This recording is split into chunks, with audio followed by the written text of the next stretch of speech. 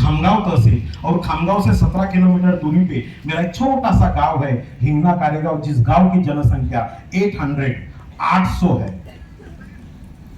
उस 800 जनसंख्या वाले गांव में एक खेत मजदूरी करने वाले फैमिली में मेरा जन्म हुआ। बचपन से मेरी माँ, मेरे पिताजी थोड़े से एम्बिशियस थे, गरीब थे लेकिन एम्बिशियस थे। उनको ऐसा लगता था कि बच्चा पढ़ लिख के बड़ा हो जाए। तो गांव में 7वीं कक्षा तक जिला परिषद की एक स्कूल हुआ करती थी, उसमें मुझे डाला गया। तो 1ली से 7वीं तक मुझे पढ़ाया गया, मैं पढ़ा, अच्छे मार्क से पास हुआ।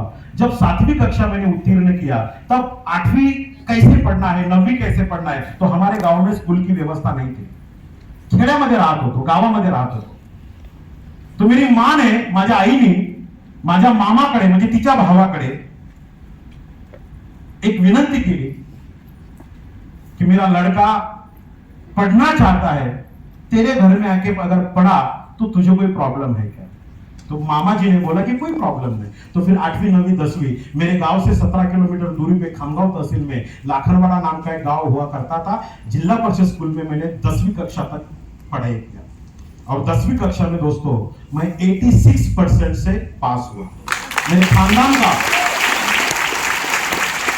मेरे गांव का मैं पहला लड़का था जिसने 86% लेके 10वीं कक्षा में पास किया। तो गांव में भी अच्छा हुआ, मेरी माँ को अच्छा लगा, पिताजी को अच्छा लगा, गांव में भी अच्छा लगा। लेकिन सवाल ये हुआ कि अब क्या करें, आगे की पढ़ाई कैसे करें। तो बहुत सारे मित्रों ने, बहुत सारे टीचरों ने सलाह दी कि तू ITI कर। लेकिन मन में ITI करने का कोई विचार नहीं था। तो एक फ्रेंड्स ने मुझे बोला कि खामगांव में, मेरा जो होम टाउन है खामगांव में गवर्नमेंट हॉस्टल रहते हैं, तुझे परसेंटेज अच्छे मिले तो आराम से गवर्नमेंट हॉस्टल में तेरा नंबर लग सकता है, जहां पे पूरा काम, पूरा स्टाइपेंड वगैरह सब गवर्नमेंट देती है। तो समाज कल्याण विभाग के माध्यम से जो हॉस्टल हुआ करते थे गवर्नमेंट के, वहां पे मैंने 11वीं 12वीं कंप्लीट किया और 12वीं में मुझे 84% मिले। ये पता नहीं था कि आर्ट्स लेना है, साइंस लेना है, जिसने बोला वो लिया। आर्ट्स फैकल्टी से मैंने 84%, उस साल 2% से मेरा मेरिट चुक गया। 86% पे 12वीं का मेरिट था और 84% मुझे 12वीं में मिले। तो दोस्तों अब क्या करें? तो एक टीचर ने मुझे बोला कि तुझे जल्द से जल्द अगर नौकरी चाहिए तो सबसे पहले डीएड कर। तो मेरे लाइफ का मैंने पहला क्वालिफिकेशन कंप्लीट किया, HSC के बाद मैंने डीएड किया। डीएड एक 2 साल का डिप्लोमा होता है महाराष्ट्र में, और डीएड के बाद फिर मैंने जिला परिषद में 3 साल तक प्राइमरी टीचर का जॉब किया। I was a primary teacher. मेरा लाइफ का जर्नी शुरू हुआ प्राइमरी टीचर से। परभणी जिला परिषद पालम पंचायत समिति आरखेड़ नाम का एक छोटा सा गांव, उस गांव में मेरा पहला ज्वाइनिंग हुआ और मैं प्राइमरी टीचर बोल के 3 साल तक मैंने वहां पे जॉब किया। लेकिन जब मैं जॉब पे जाता था तो मुझे लगता था कि और पढ़ना चाहिए, और लिखना चाहिए, और बड़ा बनना चाहिए। तो पढ़ने लिखने से ही आदमी बड़ा बनता है, ये मन में था, मस्तिष्क में ये विचार था। तो फिर उसके बाद मैंने BA कंप्लीट किया एक्सटर्नल, और मेरा BEd को नंबर लग गया। BEd 1 साल का डिप्लोमा होता है, मैंने BEd कंप्लीट किया और BEd के बाद एक शिक्षण संस्था में मैंने माध्यमिक शिक्षक का जॉब शुरू किया। 4 साल तक मैंने माध्यमिक शिक्षक का जॉब किया। 8वीं 9वीं 10वीं को मैं पढ़ाता था। प्राइमरी टीचर से थोड़ा सा ज्यादा इनकम, ज्यादा पगार मिलता था, लेकिन वहां पे भी मैं समाधान नहीं था। मुझे ऐसा लगता कि और पढ़ना चाहिए। उसके बाद फिर मैंने MA साइकोलॉजी किया, फिर MA सोशियोलॉजी किया। मैं 2 सब्जेक्ट में PG हूं, पोस्ट ग्रेजुएट हूं। साइकोलॉजी में मैं गोल्ड मेडलिस्ट हूं।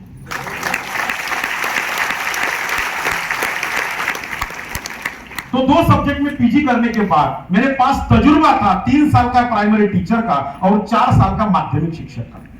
तो 7 साल के अनुभव के तजुर्बे के अनुसार मेरा MAd को नंबर लग गया, मास्टर इन एजुकेशन, जो हाईएस्ट डिग्री होता है एजुकेशन फील्ड का।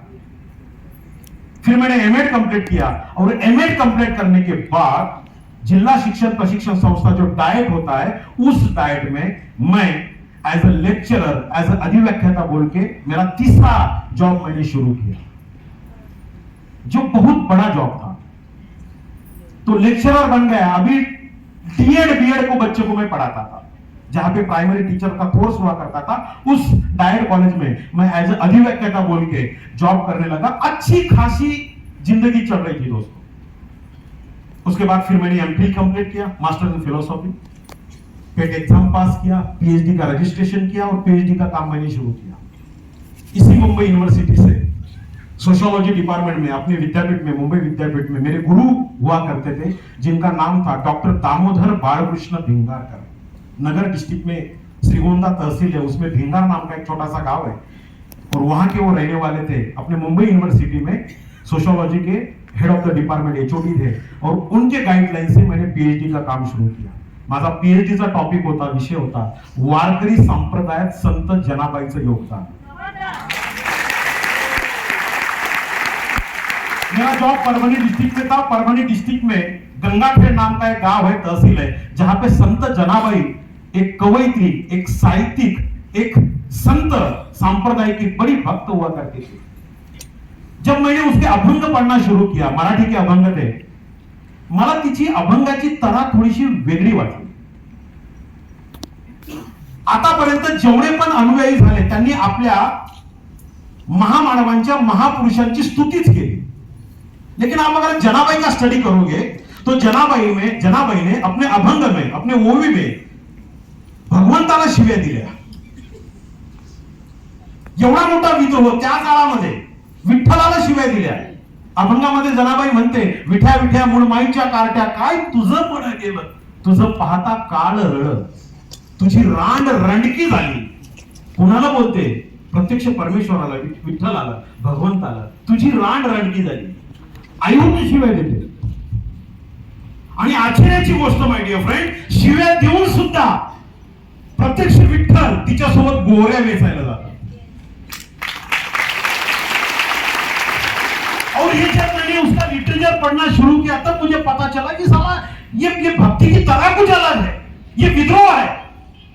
तो फिर मैंने उसके ऊपर काम करना शुरू किया। लेकिन दुर्भाग्यवश मेरे जो गाइड हुआ करते थे, पुणे मुंबई हाईवे पे कार एक्सीडेंट में उनका मृत्यु हुआ। एक्सीडेंट हुआ बहुत बड़ा, और उसके बाद मेरा भी मन उससे उब गया और मेरा पीएचडी का काम रुक गया।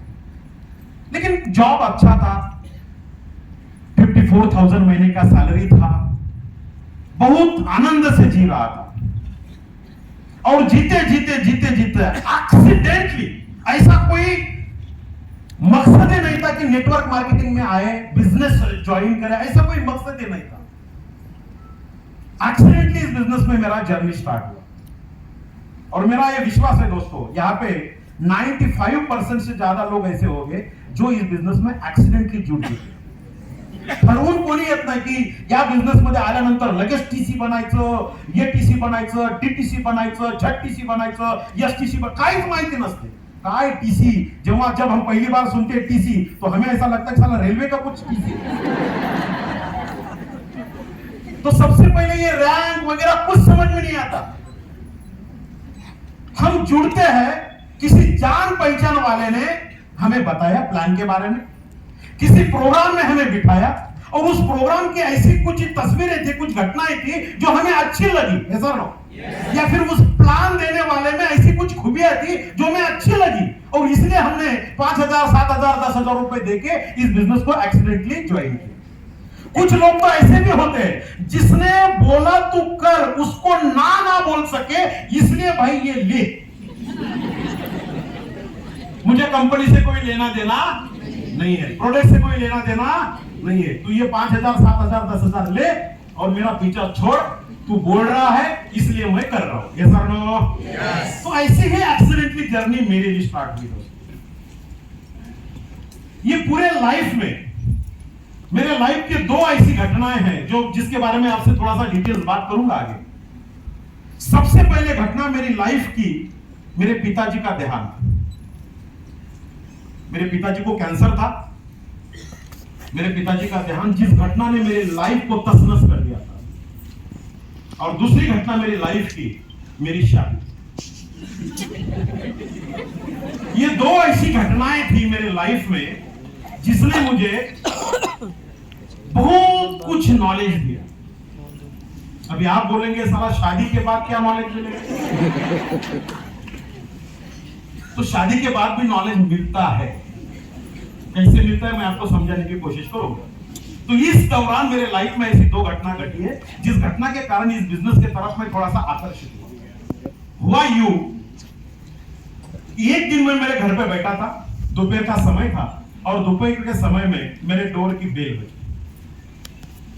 मैं प्रोफेसर था, 54,000 महीने का सैलरी था, जिला शिक्षण प्रशिक्षण संस्था डाइट परभणी में मेरा नौकरी चल रहा था। और दोपहर का टाइम में एक बंदा मेरे घर पे आ गया, जान पहचान वाला था। तो अंदर आया, पानी पिया, चाय पिया और चाय वगैरह पीने के बाद उसने एक काले बैग में से कुछ पेपर निकाले। पेपर काढतात ना, तसे पेपर काढले आणि पेपर काढून मुझे प्लान देने की उसने कोशिश की। तो सबसे पहला हमारा प्लान कहां से शुरू होता है? एक गोला। तो उसने भी पहला एक गोला निकाला, उस गोले के अंदर लिखा यू, फिर उस गोले को ऐसा सेंटर और फिर उसके बाजू में और एक गोला, उधर भी लिखा यू, फिर और एक गोला इधर से साइड में, उसमें भी लिखा यू। ऐसे करके 2 गोले, फिर 4 गोले, फिर 8 गोले, ऐसे गोले गोले पूरा पेज भर गोले गोले निकाले। और वो जब गोला गोला गोला गोला खेल रहा था तो मुझे भी अच्छा लगा कि गोला निकाल रहा है। मैं भी अच्छा असं होतं का? अरे वाह, छान, मस्त, ग्रेट। मैं भी उसको रिस्पॉन्स दे रहा था, गोले गोले गोले गोले गोले। जब पूरा प्लान उसने समझाया, ईमान से बात करता हूं दोस्तों, कुछ भी नहीं समझ में आया। लेकिन जब पूरा प्लान होने के बाद उसने बोला ये गोली की कीमत 10,000 और 3 गोली की कीमत 30,000, तब मेरे पेट में बड़ा गोला निकला।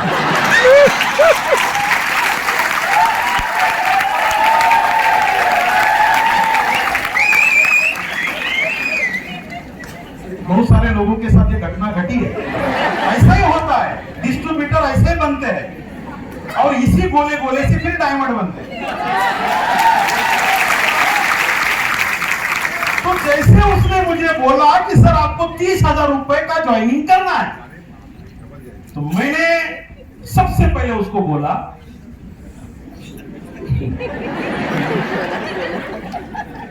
तू कब से काम करता है? तो बोला सर कुछ नहीं, 8 दिन हो गए। तो ये जो तू गोले गोले गोले गोले निकाला था, 2,10,000 की बात कर रहा था, तुझे कितना मिला? तो उसने बोला सर कुछ नहीं मिला, काम तो शुरू हो गया। तो फिर मैंने बोला साले तू भी मत कर और मुझे भी मत जुड़वा, क्योंकि ये चलने वाला। फिर मैंने 2-4 उसको ऐसे एग्जांपल दिए, वो फलाना, वो बिस्ताना, तेरे को पता नहीं क्या, वो ऐसा हुआ, वो ऐसा हुआ, पेपर में तूने सुना नहीं क्या, तू काय को आया, मेरे पास क्यों आया। ऐसे बहुत सारा मार्गदर्शन मैंने उसको करना शुरू किया। क्यों मार्गदर्शन करना शुरू किया? कि जो बंदा, और नौकरी सैलरी में भी कम था, कि जो बंदे ने मुझे जोड़ा दोस्तों ये गोले गोले निकाल के, वो बंदा मेरा स्टूडेंट था।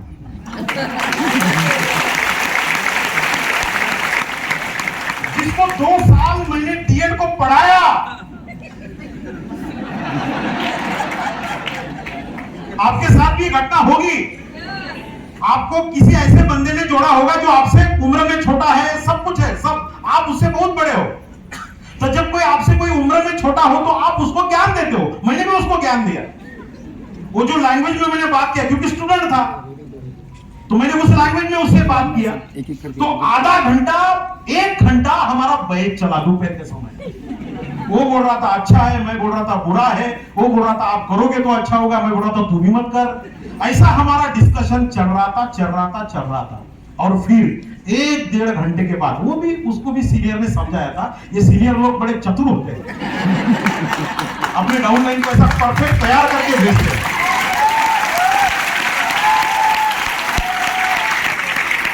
तो उसने भी ऐसा डायलॉग डाला, वो डायलॉग के बाद मुझे पैसा देना पड़ा।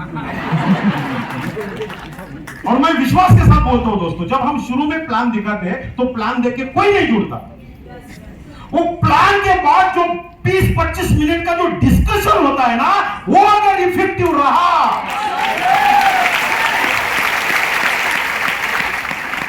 तब काम बनता है, तब काम बनता है।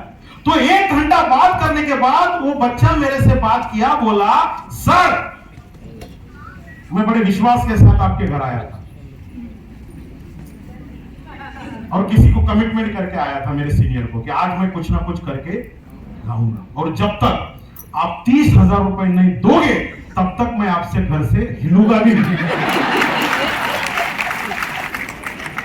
और ये सेंटेंस मेरी बीवी ने सुना जो किचन में थी।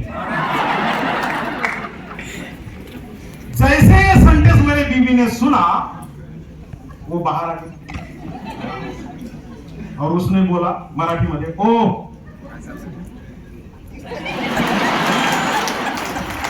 ये उंगली में बड़ी ताकत होती है, बहुत बड़ा पावर होता है इस उंगली में। जैसे उसने बोला ओ इकडे या, तो फिर मैं गया लुंगी बनियान। तो बोली दुपारचे 2 वाजता, 1.5 तासापासून ते काटतं तुमचं डोकं खातं, ते उठल्याशिवाय आमची झोप होणार नाही। एक तर त्याला उठवा, नाही तर तुम्ही बाहेर जा, नसेल तर त्याला पैसे द्या। एवढं जीव तोडून सांगतो, द्या ना। मी तिला म्हटलं अगं 30,000 मागते। तिनं मला सांगितलं नको तिथं पैसे घालता,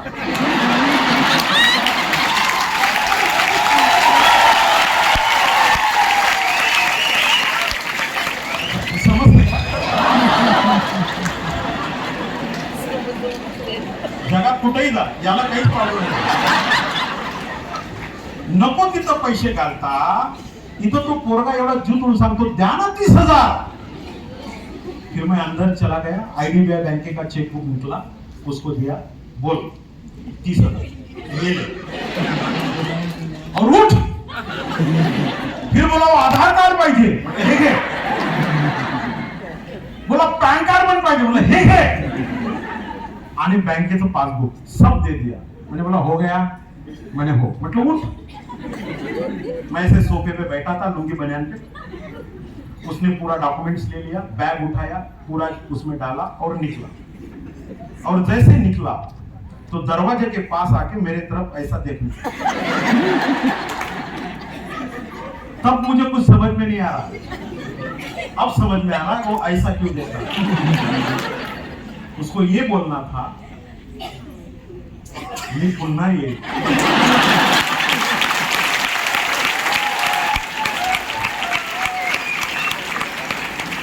तो या वाक्य में अच्छा टाइम में सबको इकट्ठा करो। 21 लोगों का अपना स्टाफ है, सबको इकट्ठा करना है और मैं आज उन लोगों की लाइफ बदलने वाला हूं। तो प्रिंसिपल भी बोला साला कल अच्छा था, अभी भी अच्छा था, आप कैसे बिगड़ गए? प्रिन्सिपल मला बोलला जाधव सर आपल्याला माहिती आहे ना स्टाफ मध्ये जर का मीटिंग घ्यायची असली की चाय पाणी करावं लागते। हा कर, मी करेल ना।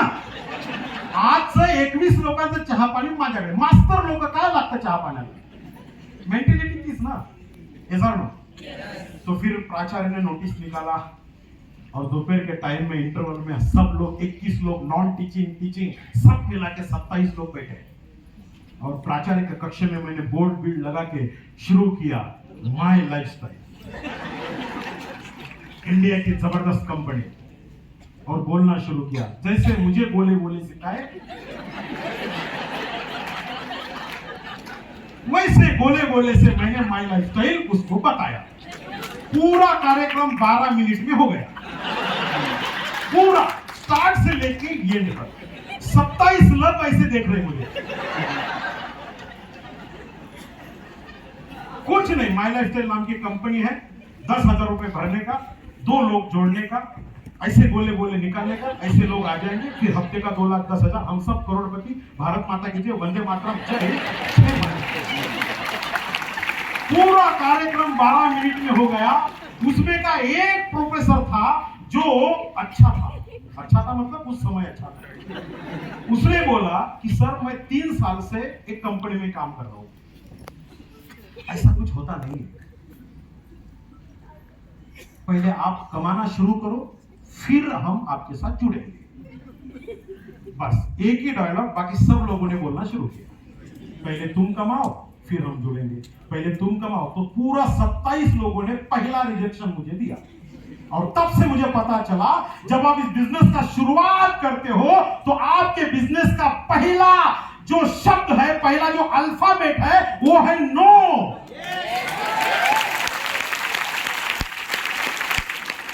नो का मतलब नहीं, ऐसा नहीं लेना है। नो का मतलब लेना है next one, next one, next one. जब आप बिजनेस को शुरू करोगे तो पहला आपका वर्ड आएगा no. N for no, N O, no no no no no. शुरुआत के दिनों में जितना नो सुनोगे उतना आपका नेक्स्ट वन बढ़ेगा, और जितना नेक्स्ट वन बढ़ेगा उतना जल्दी आप डायमंड तक जाओगे।